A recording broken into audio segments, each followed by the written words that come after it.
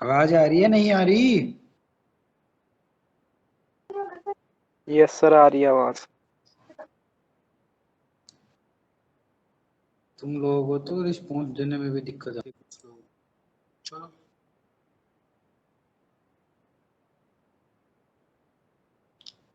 हम कैम में क्या पढ़ रहे थे? कैम की टर्मिनोलॉजी तक हो गई थी। हमने बेस सर्कल देख लिया था। बेस सर्कल क्या होता है? स्मॉलेस्ट रेडियस का सर्कल किसी भी कैम।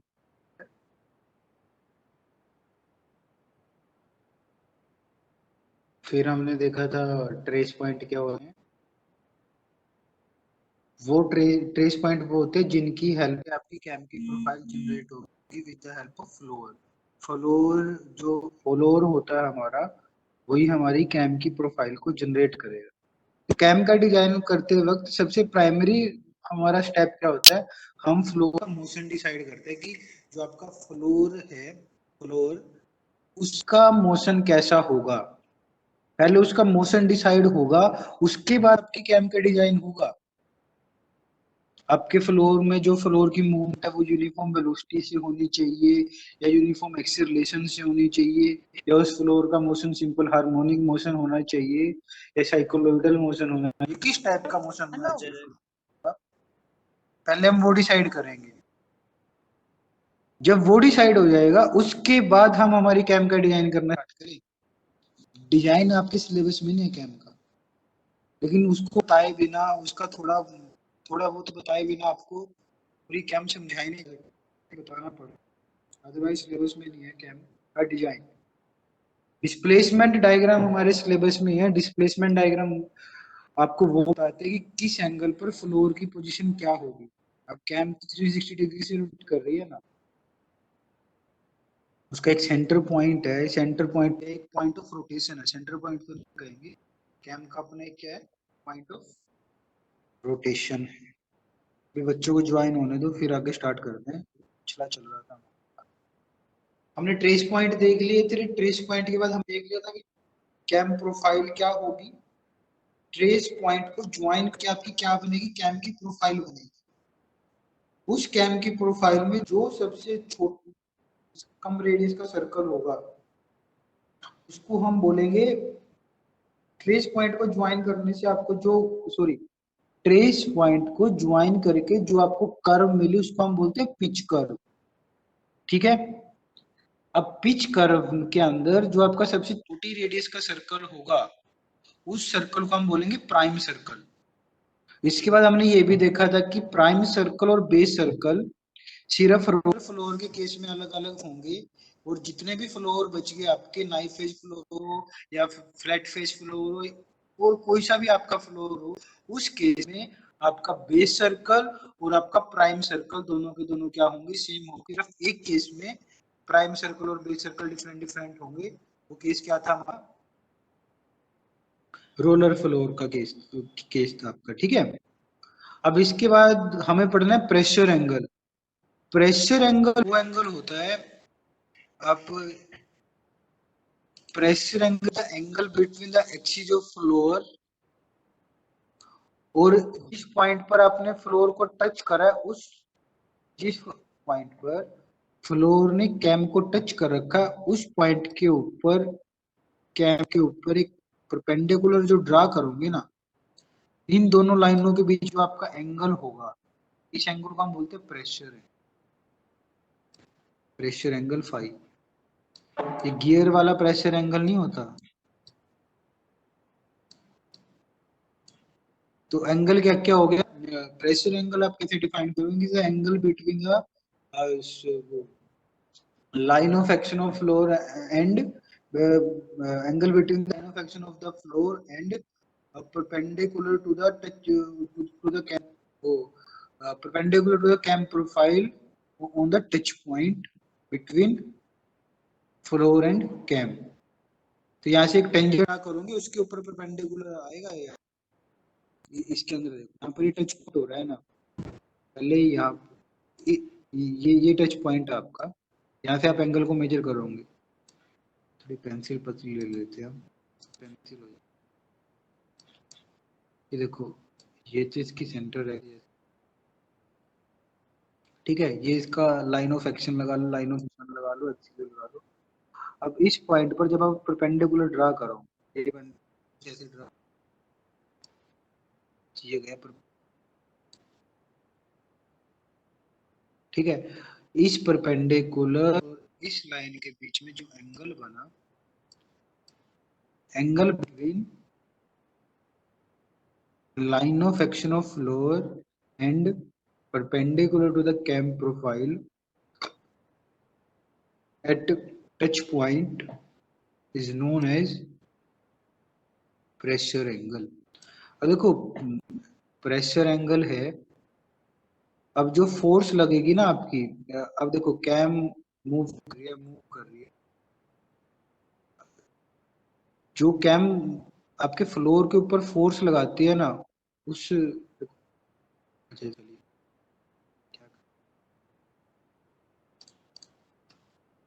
देखो फ्लोर कैसे मूव कर रहा है, फ्लोर को मूव करने की फोर्स कौन दे रहा है, कैम दे रही है। जो एक कैम फोर्स देते हैं उस फोर्स की डायरेक्शन कैम के परपेंडिकुलर ही होती है, ठीक है ना। अब इस फोर्स के जब दो कंपोनेंट करोगे आप, एक कंपोनेंट तो ऐसे जाएगा लाइन फ्लोर के लाइन ऑफ एक्शन, ये कैम फ्लोर के ऊपर कोई फोर्स लगा रही है। वैसे ये एनालिसिस आपके सिलेबस में नहीं है, फिर भी बता रहा हूँ, सिग्निफिकेंस बता रहा हूँ प्रेशर एंगल का क्या है यहाँ पर। जो सिग्निफिकेंस के अंदर था ना प्रेशर एंगल का, वही सिग्निफिकेंस यहाँ पर हुई। ठीक है, एक कंपोनेंट यहाँ पर हो जाएगा इसके अलूम, और एक कंपोनेंट, ठीक है। अब देखो ये वाला एंगल आप हमारा एंगल ऑफ प्रेशर एंगल था, तो ये क्या हो जाएगा, एफ कोस फाई हो जाएगा।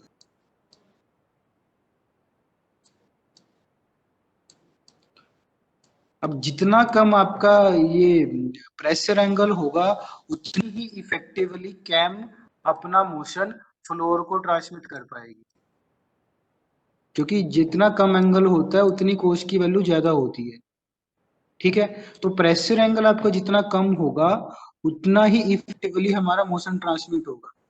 अभी दूसरे वाला कंपोनेंट देखो, जो साइन कंपोनेंट है, साइन कंपोनेंट क्या कर रहा है, फ्लोर को डिस्टर्ब भी तो कर रहा है, कोई मोशन तो ट्रांसमिट कर नहीं रहा, फ्लोर की पोजीशन को डिस्टर्ब करने की कोशिश कर रहा है।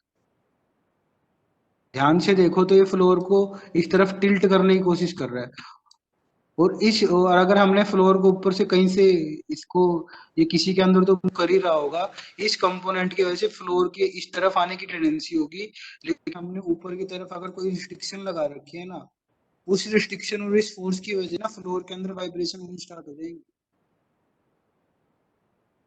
जितना ज्यादा प्रेशर एंगल लेके आओगे, उतनी ज्यादा इंस्टेबिलिटी बढ़ेगी हमारे मोशन ट्रांसमिशन।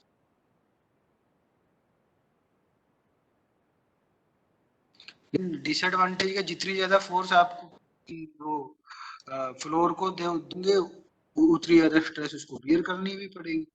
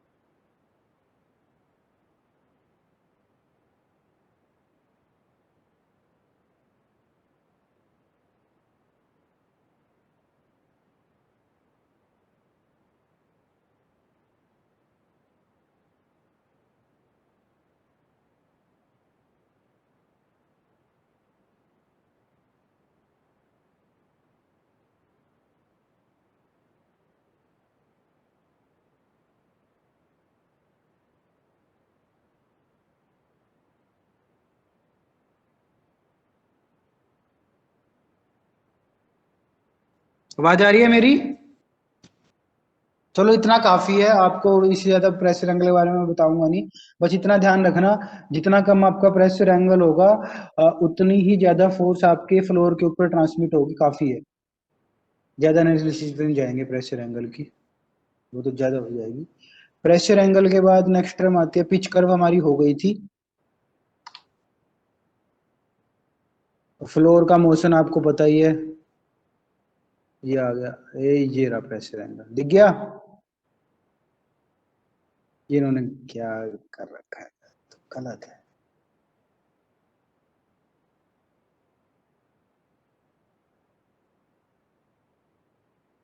ये थोड़ा मोशन के हिसाब से इन्होंने गलत दिखाया है प्रेशर एंगल। प्रोफाइल पर अलग अलग लगाऊंगे तब जाके वो बनेगा।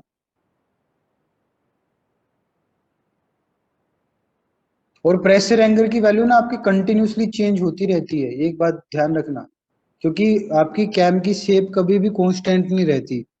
गियर के केस में आपका प्रेशर एंगल कांस्टेंट रहता था, लेकिन इस केस के अंदर आपका प्रेशर एंगल क्या होगा, डिफरेंट डिफरेंट होता रह जाएगा। और प्रेशर एंगल आपका मैक्सिमम कहां पर होगा, जहां पर, रुको आपको पहले दिखाना पड़ेगा, बोलने से तो कुछ समझ नहीं आएगा ना।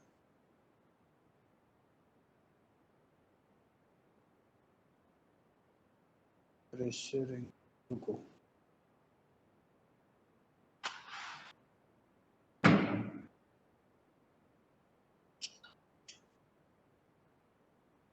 अरे सर बच्चे थे।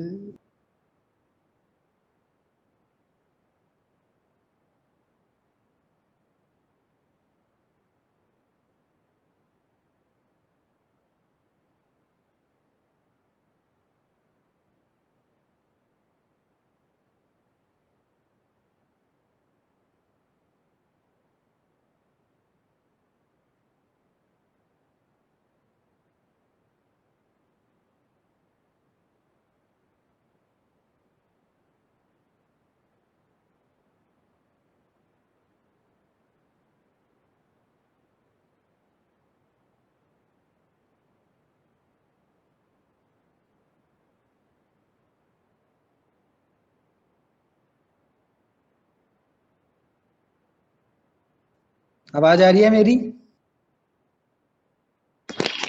Yes sir.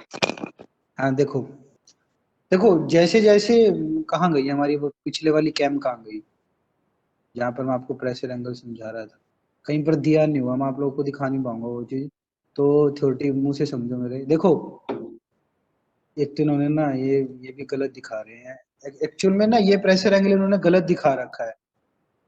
जहां पर आपका फ्लोर कैम को टच करेगा, हमें उस पॉइंट पर नॉर्मल ड्रा करके फिर प्रेशर एंगल को मेजर करना होता है। इन्होंने सेंटर, इन्होंने पता नहीं, ऐसे तो नॉर्मल आप कहीं से भी ड्रा कर दोगे, इतना डायग्राम के अंदर घुसना नहीं है, जितना मैं बता रहा हूँ उतना ध्यान रखना है। जहां पर फ्लोर कैम को टच करेगा, उस पॉइंट पर जो टेंजेंट ड्रा करोगे, उस टेंजेंट के नॉर्मल, उस टेंजेंट पर एक नॉर्मल ड्रा करना है। उस नॉर्मल और फ्लोर के जो लाइन ऑफ एक्शन है, उसके बीच के एंगल को हम प्रेशर एंगल बोलेंगे। कहीं से भी कोई लाइन लगा के कोई एंगल शो नहीं करना है, इन्होंने गलत शो कर रखा है, बुक में भी गलत है ये, और ध्यान रखना। बुक में तो तुम्हें प्रेशर एंगल ढंग से दिखाई नहीं रखा। देखो प्रेस, अब देखो यहाँ पर आपकी जो कैम की शेप है वो अलग अलग शेप है। जैसे जैसे कैम अपनी पोजीशन को चेंज करेगी, आपका प्रेशर एंगल कंटिन्यूसली चेंज होता जाएगा। तो कैम, इस कैम प्रोफाइल में आपको कुछ पॉइंट मिलेंगे, मैं एक पॉइंट की बात नहीं कर रहा, वो पॉइंट एक भी हो सकता है, वो पॉइंट आपके मल्टीपल भी हो सकते हैं, तो इसलिए कुछ बोल रहा हूं, कुछ पॉइंट आपको ऐसे मिलेंगे जिन पॉइंट्स पर आपका प्रेशर एंगल मैक्सिमम होगा।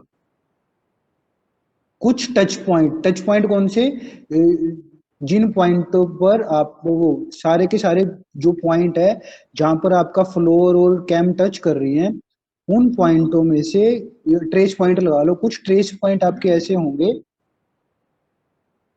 जिन पर आपका प्रेशर एंगल मैक्सिमम होगा। जिन पॉइंट पर आपका प्रेशर एंगल मैक्सिमम होगा, उन पॉइंट्स को हम बोलते हैं पिच पॉइंट। ठीक है, अब पिच पॉइंट मान लो, एक पिच पॉइंट आपको यहां मिल गया और एक पिच पॉइंट यहां यहां मिल गया आपको, तो इन पिच पॉइंट का जो सेंटर ऑफ रोटेशन है ना आपकी कैम की, इन सब पिच पॉइंट का सेंटर ऑफ रोटेशन से डिस्टेंस हमेशा सेम रहेगा, सारे के सारे पिच पॉइंट का। तो जब इस इन इन पिच पॉइंट के डिस्टेंस से एज अ रेडियस मान के आप एक सर्कल ड्रा करोगे ना, ऐसे जब आप एक सर्कल ऐसे ड्रा करोगे, उस सर्कल को हम बोलेंगे पिच सर्कल। पिच सर्कल का रोल गियर के अंदर बहुत इंपॉर्टेंट था, लेकिन कैम के अंदर पिच सर्कल का रोल इतना इंपॉर्टेंट नहीं होता। कैम के अंदर आपका सबसे इंपॉर्टेंट सर्कल होता है बेस सर्कल, उसके बाद आता है आपका प्राइम सर्कल, फिर आपका पिच सर्कल आता है। लेकिन गियर के केस में सबसे इंपॉर्टेंट सर्कल आपका होता है पिच सर्कल, फिर आपका बेस सर्कल आता है। ठीक है। देखो, बेस सर्कल तो सबसे छोटी रेडियस का सर्कल होता है। प्राइम सर्कल आपका मिलता है आपको ट्रेस पॉइंट से, ट्रेस पॉइंट से आपको पिच कर्व मिलेगी, और पिच कर्व के अंदर जो सबसे स्मॉल रेडियस का सर्कल होगा वो आपका प्राइम सर्कल होगा। और पिच सर्कल आप कहां से ड्रा करते हो? पिच पॉइंट की हेल्प से हम पिच सर्कल को ड्रा करते हैं। और पिच पॉइंट क्या होंगे? जिन पॉइंट्स पर आपका प्रेशर एंगल क्या होगा? मैक्सिमम होगा। ठीक है। ये आपकी कुछ टर्म थी कैम कैम से रिलेटेड। जब आप कैम का डिजाइन करना स्टार्ट करोगे, इन कैम की वो नोमेनक्लेचर का आपको पता होना चाहिए, लेकिन डिजाइन हमारे सिलेबस में है ही नहीं है। ठीक है। फिर कुछ एंगल्स आते हैं, जैसे angle of ascent, angle of descent, angle of dwell. देखो, एंगल ऑफ एसेंट क्या होता है आपका? अपनी बुक के अंदर पढ़ते रहना, बुक का पीडीएफ मैं आपको दे दूंगा। ठीक है ना, इनमें से समझो। अब देखो,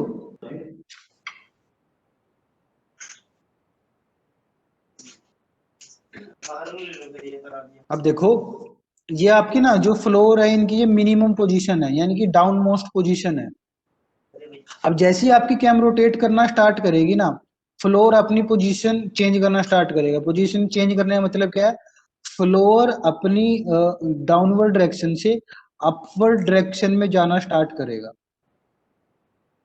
तो एंगल मान लो कैम ने 0 डिग्री से स्टार्ट करके कुछ कुछ डिग्री तक मूव किया, जितने जब तक आपका फ्लोर मिनिमम पोजीशन से डाउन, मिनिमम जो डाउन की मूवमेंट थी आपकी, मिनिमम डाउनवर्ड मूवमेंट से लेके मैक्सिमम अपवर्ड मूवमेंट तक मूव करने के लिए कैम ने जितने एंगल को कवर किया, उस एंगल को हम बोलेंगे एंगल ऑफ एसेंट।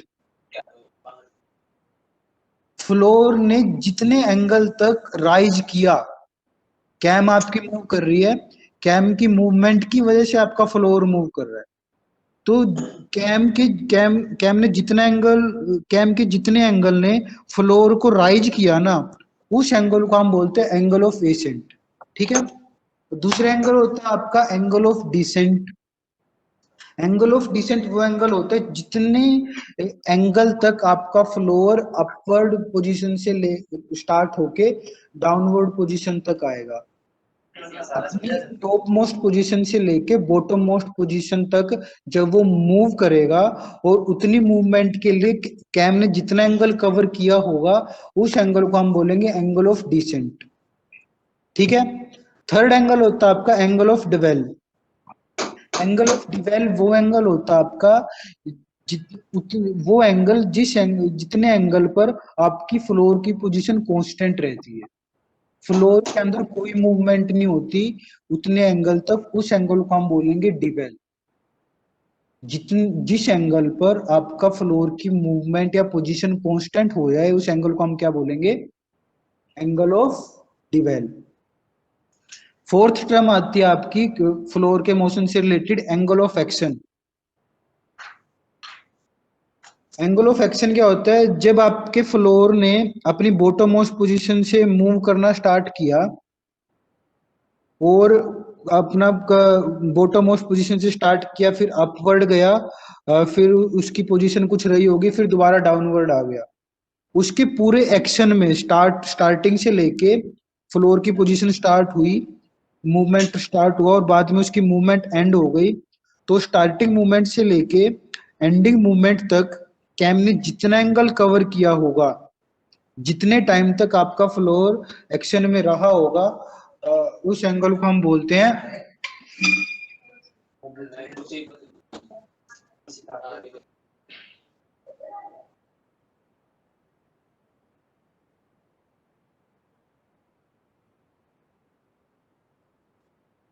उस एंगल को हम बोलेंगे एंगल ऑफ एक्शन। ठीक है, ये थी आपके कुछ टर्म कैम से रिलेटेड। यहाँ पर आपका कैम का नोमेनक्लेचर हो गया है पूरा। ठीक है, फिर हमारा नेक्स्ट टॉपिक आता है, रुको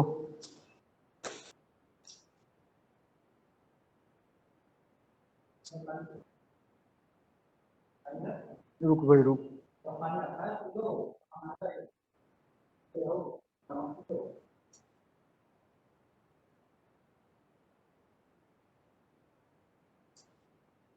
फिर हमारा जो लास्ट टॉपिक आपके कैम के सिलेबस में वो है आपका डिस्प्लेसमेंट डायग्राम। डिस्प्लेसमेंट डायग्राम आपको क्या बताते हैं, फ्लोर की पोजीशंस को बताते हैं कि एंगल वो जब कैम ने इतना एंगल कवर किया होगा तो फ्लोर की पोजीशन क्या रही होगी।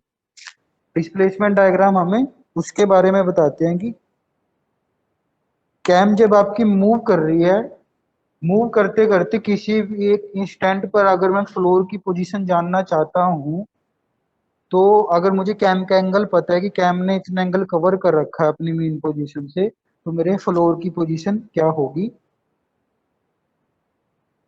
वो आपको कौन बताएगा, वो आपको बताएगा displacement diagram motion of floor में। देखो आपकी बुक के अंदर बहुत कुछ दिया हुआ होगा, आपको सिर्फ डिस्प्लेसमेंट डायग्राम पढ़ने हैं, कोई फॉर्मूला नहीं पढ़ना। कैम के अंदर जो फॉर्मूले होते हैं वो वेलोसिटी कैलकुलेट करने के लिए होते हैं, एक्सेलरेशन कैलकुलेट करने के लिए हैं। हमें सिर्फ डिस्प्लेसमेंट डायग्राम पढ़ना है। और डिस्प्लेसमेंट डायग्राम भी हमें तीन तरह के मोशन के पढ़ने हैं, uniform velocity, simple harmonic motion, और था आपका एक्सेलरेशन और डी एक्सेलरेशन। यूनिफॉर्म एक्सेलरेशन और यूनिफॉर्म रिटार्डेशन कह सकते हैं, या उसको हम क्या कह सकते हैं, डी एक्सेलरेशन कह सकते हैं। ठीक है, तो सबसे पहला आपका वेलोसिटी डायग्राम आता है, वो सॉरी डिस्प्लेसमेंट डायग्राम। ये देखो आपको तीन डायग्राम दिख रहे होंगे, आपको क्या, आपको तीन डायग्राम दिख रहे होंगे आपकी स्क्रीन पर। ये देखो डिस्प्लेसमेंट डायग्राम दिख रहा है, वेलोसिटी डायग्राम दिख रहा है, एक्सेलरेशन डायग्राम दिख रहा है।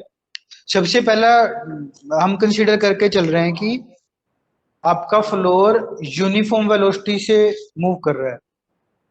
यूनिफॉर्म वेलोसिटी का मतलब क्या है कि उसके अंदर एक्सेलरेशन 0 है।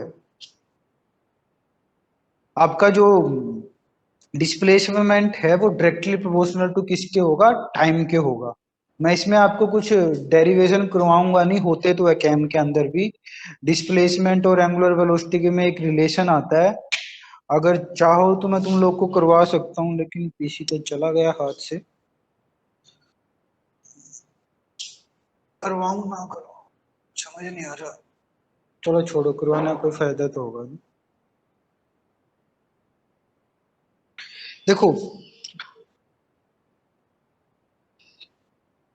करवा ही देता हूँ।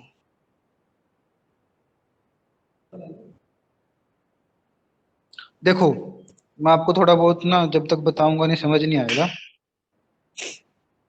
अब मान लो एक टाइम पीरियड टी है आपका, उस टाइम पीरियड टी में आपका एंगल ऑफ एसेंट मान लो थीटा है। हमने तीन एंगल पढ़े हैं ना, मैं आपको सिर्फ एंगल ऑफ एसेंट के बारे में बताऊंगा, डिसेंट के बारे में आपको ऑटोमेटिकली समझ आ जाएगा। पहला केस हम क्या लेके चल रहे हैं, यूनिफॉर्म वेलोसिटी का, कि फ्लोर की वेलोसिटी यूनिफॉर्म है।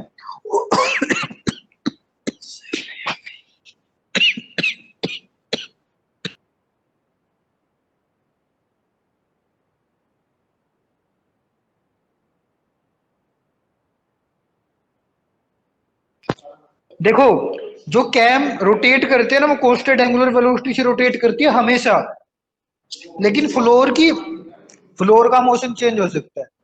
तो पहला मोशन हम फ्लोर का कंसीडर करके चल रहे हैं यूनिफॉर्म वेलोसिटी। यूनिफॉर्म वेलोसिटी का मतलब क्या है, आपकी वेलोसिटी कांस्टेंट है, यानी कि अगर मैं फ्लोर की डिस्प्लेसमेंट को एक्स से डोनेट करके चलूं, कि फ्लोर की जो मूवमेंट है उसको मैं एक्स से डोनेट करके चल रहा हूँ विद रिस्पेक्ट टू टाइम, जो मैं उसकी वेलोसिटी लूंगा वो रहेगी कांस्टेंट। ठीक है, ये इसकी क्या होगी, वेलोसिटी कांस्टेंट होगी। ऐसे ही आपकी कैम की एंगुलर वेलोसिटी कांस्टेंट होती है। एंगुलर वेलोसिटी का मतलब क्या है? एंगल मूव या angle covered per unit time, उसको हम क्या बोलते हैं? एंगुलर मोशन किसी भी बॉडी का विद रिस्पेक्ट टू टाइम जब आप मेजर करते हो उसको हम क्या बोलते हैं? Angular velocity. तो इस केस में हमारी क्या होगी? एंगुलर वेलोसिटी भी कांस्टेंट होगी थीटा बाई टी। अब एक टाइम पीरियड ले लो, उस टाइम पीरियड में क्या करो, हमने एंगल ऑफ एसेंट को कवर करने का टाइम पीरियड ले लिया, ठीक है? मान लो 2-3 सेकंड का टाइम पीरियड था आपके पास। 3 सेकंड में कैम ने कुछ एंगल कवर किया होगा, अपनी 0 डिग्री से मान लो 60 डिग्री तक कवर किया होगा कैम ने, ठीक है? वो 3 सेकंड में कवर किया होगा, तो उतनी ही 3 सेकंड में आपके फ्लोर ने कितना डिस्टेंस कवर किया वो निकालना, क्योंकि टाइम पीरियड तो जितना टाइम आपकी कैम को मिलेगा उतना ही टाइम आपके फ्लोर को मिलेगा। तो यहाँ दोनों जगह से आप क्या करो, टाइम की वैल्यू निकाल लो, ठीक है? मैं ना व्हाइट बोर्ड लेके चल रहा हूँ, वैसे समझाया नहीं जाएगा। रुको, टाइम बचा हुआ अभी हमारे पास। कहाँ गई मीटिंग?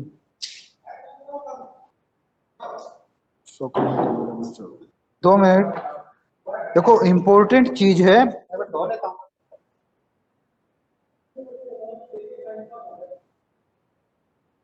क्या हो गया? ये देखो, ध्यान से देखना। अब फ्लोर की वेलोसिटी क्या थी हमारी? v is equal to, follower की वेलोसिटी क्या थी? v is equal to x by t थी, ठीक है?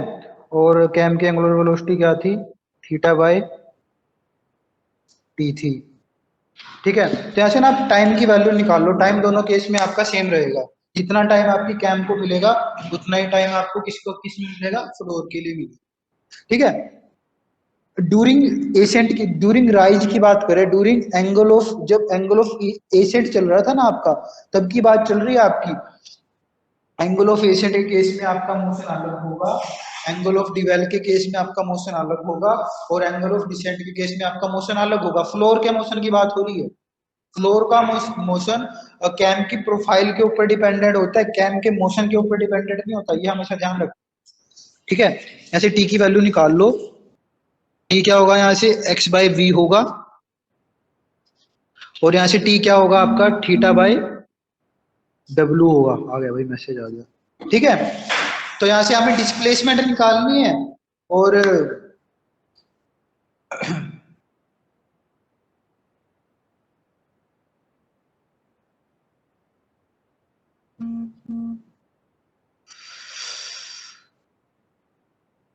और डिस्प्लेसमेंट आपकी यहाँ से क्या आ जाएगी? X is equal to theta by omega into v. लेकिन हम केस में क्या मान के चल रहे हैं? जो फ्लोर का वेलोसिटी है वो यूनिफॉर्म वेलोसिटी है। यूनिफॉर्म वेलोसिटी का मतलब क्या है? फ्लोर आपका कांस्टेंट वेलोसिटी से मूव कर रहा है, तो आपकी वेलोसिटी ये क्या हो जाएगी? कांस्टेंट हो जाएगी। आपकी ये वेलोसिटी क्या हो जाएगी? कांस्टेंट हो जाएगी। ओमेगा आपका कांस्टेंट है ही, तो यहाँ से क्या आ जाएगा? X is directly proportional to theta आ जाएगा। एंगुलो एसेंट की बात हो रही है, एसेंट के केस, ठीक है? अब अगर आपका एक्स जो फ्लोर की डिस्प्लेसमेंट को शो कर रहा है वो कैम के एंगल ऑफ रोटेशन के डायरेक्टली प्रोपोर्शनल आ गया है, तो डायरेक्टली प्रोपोर्शनल की आपका डायग्राम कैसा कैसा बनेगा? एक लीनियर कर्व आएगी। लीनियर का मतलब एक स्ट्रेट लाइन आएगी और उसका उसका डायग्राम मैं अभी आपको दिखाता हूँ।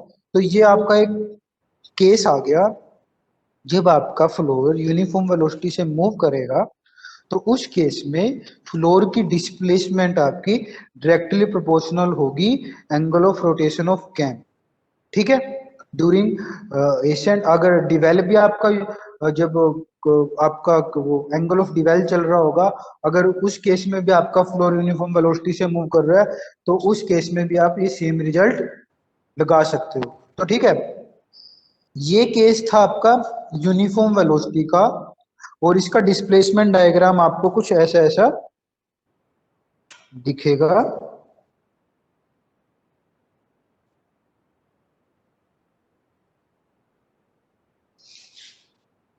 ये देखो, ये रहा आपका यूनिफॉर्म वेलोसिटी का डिस्प्लेसमेंट डायग्राम। ये देखो, राइज का मतलब क्या होता है, एंगल ऑफ एसेंट चल रहा है। जब आपका फ्लोर राइज करता है तो ये देखो, ये एक्सिस होती है आपकी कैम की एंगुलर मूवमेंट की, और ये एक्सिस होती है आपकी फ्लोर की डिस्प्लेसमेंट की। ये फ्लोर के लिए होती है और ये कैम के लिए होती है। अब देखो हमने क्या निकाला था रिजल्ट, फ्लोर की displacement is directly proportional to angle of rotation of cam for rise. और यहाँ पर हमने जो आपका रिटर्न पीरियड क्या होता है, रिटर्न पीरियड में एंगल ऑफ डिसेंट काम करता है। तो इन दोनों केस में एक्स आपका डायरेक्टली प्रोपोर्शनल टू था थीटा था। ठीक है, तो जैसे जैसे आपका थीटा राइज होगा, एंगल ऑफ एसेंट में एक्स राइज होगा, और एंगल ऑफ रिटर्न में जैसे जैसे आपका थीटा राइज होगा, फ्लोर आपका नीचे की तरफ आएगा। तो ये आपकी रेफरेंस पोजीशन हो जाएगी फ्लोर के केस में, और ये वाली आपकी एंड पोजीशन हो जाएगी किस केस में, एंगल ऑफ डिवेल के केस में। और एंगल ऑफ एसेंट के केस में ये आपकी स्टार्टिंग पोजीशन होगी और ये आपकी एंडिंग पोजीशन होगी। डायरेक्टली प्रोपोर्शनल है तो एक लीनियर लाइन आएगी ऐसे, और ये पूरी कर्व यहाँ पर आपकी एंड। और डिवेल के केस में फ्लोर का मोशन तो जीरो होता है, तो फ्लोर की डिस्प्लेसमेंट में कोई चेंज नहीं आएगा। और जैसे रिटर्न में आएंगे वापिस यहाँ पर, और जितना भी बाद में एंगल बच जाएगा कैम का वो कितना होगा, डिवेल पीरियड होगा। और ये जितना भी टोटल एंगल होता है ये 360 डिग्री होता है आपका। बताना तो मुझे बहुत कुछ था कैम के अंदर है, लेकिन मैं ऑनलाइन आपको बता नहीं पा रहा हूँ जो कुछ मुझे बताना है। प्रॉपर कैसे बनता है डिस्प्लेसमेंट डायग्राम मुझे वो बताना था आप लोगों को, लेकिन बनाना आएगा नहीं ऑनलाइन एग्जाम में। ऑफलाइन एग्जाम में बनाना आता है डिस्प्लेसमेंट डायग्राम। ऑनलाइन में आपसे जितना पूछ सकता है एग्जामिनर डिस्प्लेसमेंट डायग्राम के बारे में, मैंने आपको उससे ज्यादा बता दिया है। ठीक है, ये था हमारा केस यूनिफॉर्म वेलोसिटी का। फिर अगला केस आता है हमारा यूनिफॉर्म एक्सेलरेशन का, सॉरी सिंपल हार्मोनिक मोशन का केस आता है। सिंपल हार्मोनिक मोशन पढ़ने से पहले आपको समझना होगा कि सिंपल हार्मोनिक मोशन को आप फिजिकली कैसे देख सकते हैं। आपको थ्योरेटिकल पता है सिंपल हार्मोनिक मोशन क्या होता है, किसी भी ऑब्जेक्ट का अपनी मीन पोजीशन के along to and fro periodic motion जो होता है, हम उसको क्या बोलते हैं, सिंपल हार्मोनिक मोशन बोलते हैं। ठीक है, ये तो आपका थ्योरेटिकल आ गया, लेकिन हम उसको फिजिकली कैसे रियलाइज कर सकते हैं वो देखो एक बार, वो बताना चाह रहा हूँ मैं आप लोगों को। एक सर्कल ड्रा करो, ऐसे हमने एक सर्कल ड्रा कर लिया, ये आपके सर्कल की सेंट्रल एक्सिस है, ये पूरी की पूरी। और इस सर्कल के अलोंग ना कोई एक ऑब्जेक्ट इस सर्कल की सरकमफ्रेंस पर या पेरीफेरी पर मैंने कोई ऑब्जेक्ट रख रखा है, ये कोई व्हीकल लगा लो, कोई ह्यूमन बींग लगा लो, कुछ भी लगा लो। और ये ना ये पर्सन इस सर्कल की पेरीफेरी पर अपने किसी भी एक वेलोसिटी से मूव कर रहा है, कांस्टेंट वेलोसिटी से। ठीक है ना, और कंटिन्यूअसली मूव करता जा रहा है सर्कल के चारों ओर। तो इस पर्सन की जो प्रोजेक्शन आप सेंट्रल एक्सिस पर लोगे, ये वाली प्रोजेक्शन मान लो, फिर ये वाली प्रोजेक्शन, ये वाली प्रोजेक्शन, ये वाली प्रोजेक्शन, ये वाली प्रोजेक्शन। तो सेंट्रल एक्सिस पर आपको जो जो ये मूवमेंट दिख रही है ना, जो ये सेंट्रल एक्सिस पर आपको मूवमेंट दिख रही है, इन्हीं मूवमेंट को हम बोलते हैं किसी भी ऑब्जेक्ट का सिंपल हार्मोनिक मोशन। तो इस लाइन पर आपको जिस टाइप का मोशन मिलेगा ना, वही मोशन आपका होगा सिंपल हार्मोनिक मोशन। क्योंकि इस मोशन का जो मीन पोजीशन है वो इस सर्कल का सेंटर है, और इसी सेंटर पॉइंट के अबाउट ये जो ये आपके पॉइंट है वो क्या कर रहे हैं, to and fro periodically move कर रहे हैं। तो जो जो ऑब्जेक्ट एक सर्कुलर पाथ में मूव कर रहा था, उसकी मूवमेंट की जो प्रोजेक्शन थी, जब हमने उसकी सेंट्रल एक्सिस पर ड्रॉ की, उन मूवमेंट के मोशन को ही हम क्या बोलते हैं, सिंपल हार्मोनिक मोशन बोलते हैं। समझ गए, सिंपल हार्मोनिक मोशन हम किसको बोलते हैं, जब कोई ऑब्जेक्ट किसी सर्कुलर पाथ में मूव करेगा,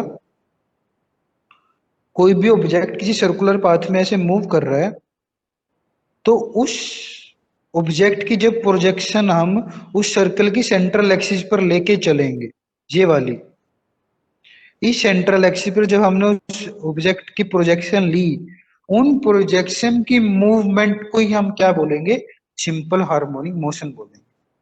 ठीक है, ये तो आप समझ गए सिंपल हार्मोनिक मोशन क्या होता है। अब देखो सिंपल हार्मोनिक मोशन की हेल्प से हम डिस्प्लेसमेंट डायग्राम कैसे ड्रॉ करते हैं। टाइम बचा हुआ है लेक्चर में, है अभी 10 मिनट है। सिंपल हार्मोनिक मोशन का डायग्राम मैं आपको बताता हूँ कैसे बनेगा। ये इक्वेशन आपको पढ़ने की जरूरत नहीं, छोड़ देना। ये देखो, ये तो इन्होंने, ये रहा, हमें ये डिस्प्लेसमेंट डायग्राम ड्रॉ करना। तो डिस्प्लेसमेंट डायग्राम ड्रॉ करने के लिए क्या करो, मैं सिर्फ एंगल ऑफ एसेंट बताऊंगा, एंगल ऑफ वो डिसेंट तुम खुद पढ़ोगे। मान लो जीरो से लेके यहां तक ये मेरा था एंगल ऑफ डिसेंट था। ठीक है, तो क्या करो एंगल ऑफ एसेंट, तो क्या करो एंगल ऑफ एसेंट को equal number of even part में डिवाइड कर लो। ये इवन पार्ट आपके जितने ज्यादा पार्ट करोगे उतनी एक्यूरेट कैम प्रोफाइल बनेगी आपकी। ठीक है ना, क्योंकि जितना अच्छा मोशन आप फ्लोर का दिखा पाओगे उतनी अच्छी कैम प्रोफाइल आप जनरेट कर पाओगे। तो इक्वल नंबर ऑफ पार्ट में अपने एंगल ऑफ एसेंट को डिवाइड कर लो। जैसे कि बुक के अंदर इन्होंने 6 पार्ट में डिवाइड कर रखा है, 1 2 3 4 5 और 6। ठीक है, ऐसे ही आपको पता है फ्लोर की मिनिमम पोजीशन क्या होगी, यानी कि बॉटम मोस्ट पोजीशन क्या होगी और अपर मोस्ट पोजीशन क्या होगी।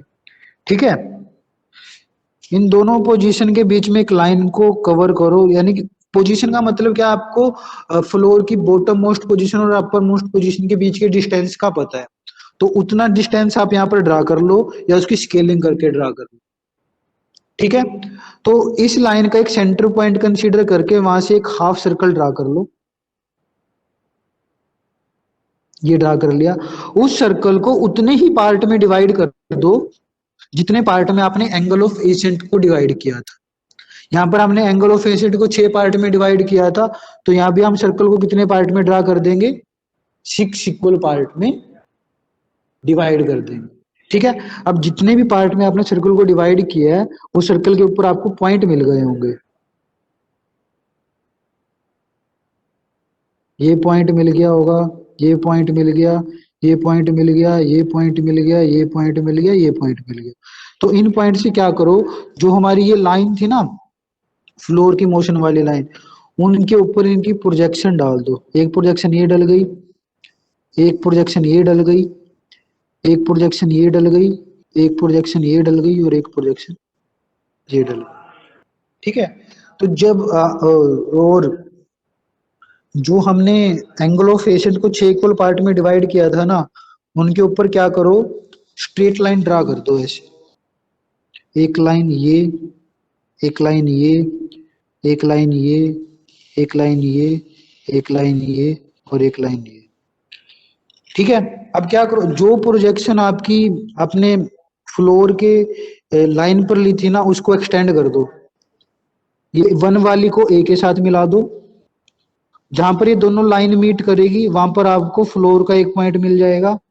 फिर पॉइंट 2 को, जो 2 था उसको हमारे इस देखो, नंबरिंग आपको ऐसे करनी है जैसी जिस डायरेक्शन में आपने यहाँ पर ऐसे नंबरिंग की थी ना 0 1 2 3 4 6, ऐसे ही आप इसके ऊपर भी नंबरिंग करोगे 0 1 2 3 4 5 6। ठीक है, अब वन वाले वन को वन वाली लाइन से काटो, टू वाले को टू वाली लाइन से काटो ऐसे, जहां पर ये दोनों पॉइंट मिलेंगे एक पॉइंट आपको यहां से दिखेगा। तो ऐसे ऐसे मिलकर ना आपको 6 पॉइंट मिलेंगे। इन 6 पॉइंट को जब आप ज्वाइन करोगे ना तो आपको सिंपल हार्मोनिक मोशन का डिस्प्लेसमेंट डायग्राम मिलता है। ऐसे ही आपका सिंपल हार्मोनिक मोशन का डिस्प्लेसमेंट डायग्राम भी बनता है।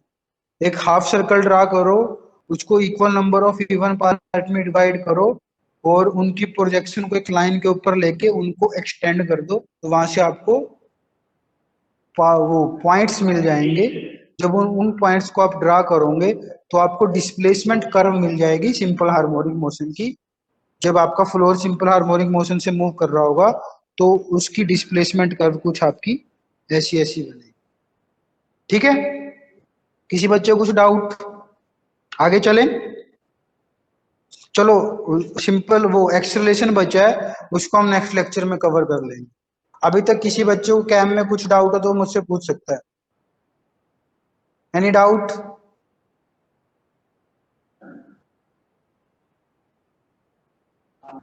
किसी बच्चे को कैम के अंदर कुछ भी प्रॉब्लम हो तो वो मुझसे पूछ सकता है। Any doubt?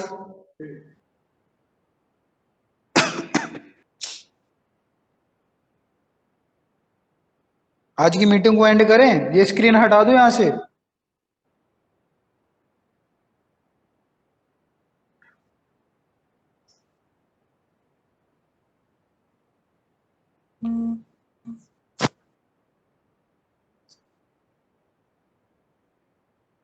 Hello sir.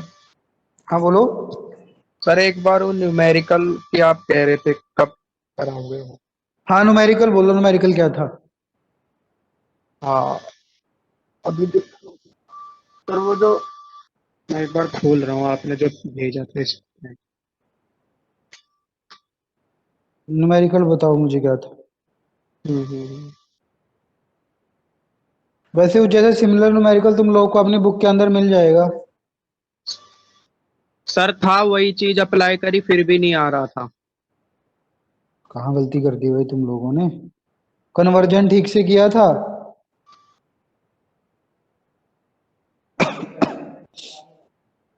MM को मीटर में या मीटर को एमएम में भी तो कन्वर्ट करना होता है।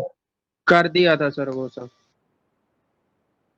तो तुम लोगों ने क्या गलती करी है, मैं इसे कैसे बताऊं? स्टेटमेंट बताओ पहले तुम मुझे क्या था। सर ये find the mass of flywheel, उसकी वो दे रखी है फ्लक्चुएट 12,000 जूल ऑफ एनर्जी। ठीक है, मैक्सिमम फ्लक्चुएशन ऑफ एनर्जी दे रखा है ना ये? हाँ हाँ हाँ हाँ। ठीक है, फिर और आगे इसका बताओ। ये whilst the speed falls 2% from 200 RPM. अरे की स्पीड आपकी फ्लक्चुएट हो रही है, 2% दे रखा है ना? हाँ हाँ हाँ, तो 200 टोटल आरपीएम फ्रॉम, तो 200 आरपीएम है इसकी N1। नहीं, आपको मीन मीन पोजीशन कितनी दे रखी है? मीन आरपीएम 200 आरपीएम दे रखे है ना? सर यही तो नहीं पता ना, इसमें मेन दिक्कत तो यही आ रही है कि इसे मीन लेके चले कि N1 लेके चले। N1 क्यों लोगे? उन्होंने क्या कह रखा है, जो आपका फ्लक्चुएशन हो रहा है स्पीड में वो 2% हो रहा है, और किस स्पीड की रिस्पेक्ट में वो 2% हो रहा है? वो 200 आरपीएम वाली से हो रहा है। तो जो आपके 200 आरपीएम है वो आपकी मीन स्पीड गिवन है आपको। अच्छा, ऐसा कुछ है। हाँ, जो जो आपके 200 आरपीएम है वो आपकी मीन स्पीड है। इस मीन स्पीड का 2% कितना होगा? 4 आरपीएम होंगे, हम्म यही होंगे। तो टोटल मिला के 4 आरपीएम की फ्लक्चुएशन है, 2 आरपीएम नीचे 2 आरपीएम ऊपर। हम्म। तो आपकी जो मिनिमम आरपीएम है वो 198 आ जाएंगे, और और मैक्सिमम आरपीएम आपके 202 आरपीएम आ जाएंगे। अच्छा, तो लेकिन सर इसमें ऐसा लिखा whilst the speed falls 2% from 200 RPM, 200 RPM से 2% फॉल हो रही है। फॉल हो रही है या चेंज हो रही है? फॉल हो रही है, whilst the speed falls 2% from 200 RPM. Fall हो रही है तो मतलब कि ये 200 आरपीएम आपकी मैक्सिमम स्पीड होगी। अगर 2% 200 आरपीएम से फॉल हो रही है, मैं आपको जैसा आप क्वेश्चन पढ़ रहे हो मैं वैसे ही बता रहा हूँ। हाँ तो सर यही लिखा हुआ है find the mass of flywheel to give up 12,000 joule of energy, whilst the speed falls 2% from 200 RPM. तो 200 आरपीएम से अगर 2% कम जा रही है तो आपकी मिनिमम स्पीड 196 आरपीएम आ जाएगी, और मैक्सिमम स्पीड आपको गिवन है फिर 200 आरपीएम। अच्छा ठीक है, वहां से कैलकुलेट करोगे तो आंसर आ जाना चाहिए था। सर, वहां से भी कैलकुलेट किया तब भी नहीं आ रहा था, और एक बार मैंने 198 और 202 लेके किया तब भी नहीं आ रहा था। क्या क्या लिया था क्वेश्चन? आपने मास निकाला था? मास तो में वो आपने क्या क्या फॉर्मूला लगाया था? टू टू था वो, जितनी जूल में एनर्जी दी हुई थी, ठीक है, हाँ तो मास आपका केजी में आएगा। हाँ रेडियस ऑफ गायरेशन कितनी गिवन है? 1.8 मीटर। वो मीटर में ही लेनी थी, उसको एमएम में तो कन्वर्ट नहीं किया। नहीं नहीं नहीं किया वो। आरपीएम आपने ठीक ले ही रखे हैं। आरपीएम को एंगुलर वेलोसिटी में कन्वर्ट कर लिया था 2 पाई n/60। नहीं उसको नहीं किया। फिर ये आपको आरपीएम गिवन है, एंगुलर वेलोसिटी में कौन कन्वर्ट करेगा उसको? लेकिन सर उसमें हाँ तो बोलो। फॉर्मूले में तो यही है। डायरेक्ट सर फॉर्मूला क्यों याद कर रहे हो? कौन सा फॉर्मूले की बात कर रहे हो? सर वो डायरेक्ट हाफ फॉर्मूला तो मैंने, हाँ वो बोलो। हाफ हाफ एम के square into 4 pi square by 3600 into 2 into mean speed into में चेंज स्पीड। मीन स्पीड आपकी कितनी आ जाएगी? मीन स्पीड आ जाएगी 198 आएगी। और चेंज इन स्पीड आपका 4 आ जाएगा, ठीक है। तो कहाँ हाँ गलती कर दी? को आंसर तो आना चाहिए था तुम लोगों का। सर 428.66 आ रहा है, और एक थोड़ा लड़के ने किया है साथ में, उसका भी यही आ रहा है, लेकिन इसमें कुछ ऐसा मैच ही नहीं कर रहा। और ये सर एक और क्वेश्चन दिया था आपने, हाँ बोलो। ये engine of flywheel having mass of 8 ton has अच्छा। रेडियस ऑफ गायरेशन दे दी थी 2 मीटर, हाँ हाँ हाँ। और एनर्जी स्टोर पूछी थी, और उसकी N1 N2 दे दिया था। एनर्जी स्टोर्ड मतलब कि फ्लक्चुएशन ऑफ एनर्जी निकालनी थी आपको। हाँ फ्लक्चुएशन ऑफ एनर्जी निकालनी थी, सीधा सीधा सारा कुछ दे रखा था, है ना। हम्म। तो 8 टन था, तो उसको तो मैंने पहले किलोग्राम में चेंज कर दिया, इंटू 10⁻³ करके। ठीक है। तो और फिर वही फॉर्मूला मैंने लगा दिया, हाफ एम के square into 4 pi square by 3600 2 into mean speed change in speed. फिर भी नहीं आंसर आया। तब भी नहीं आया सर, 4 वैल्यू।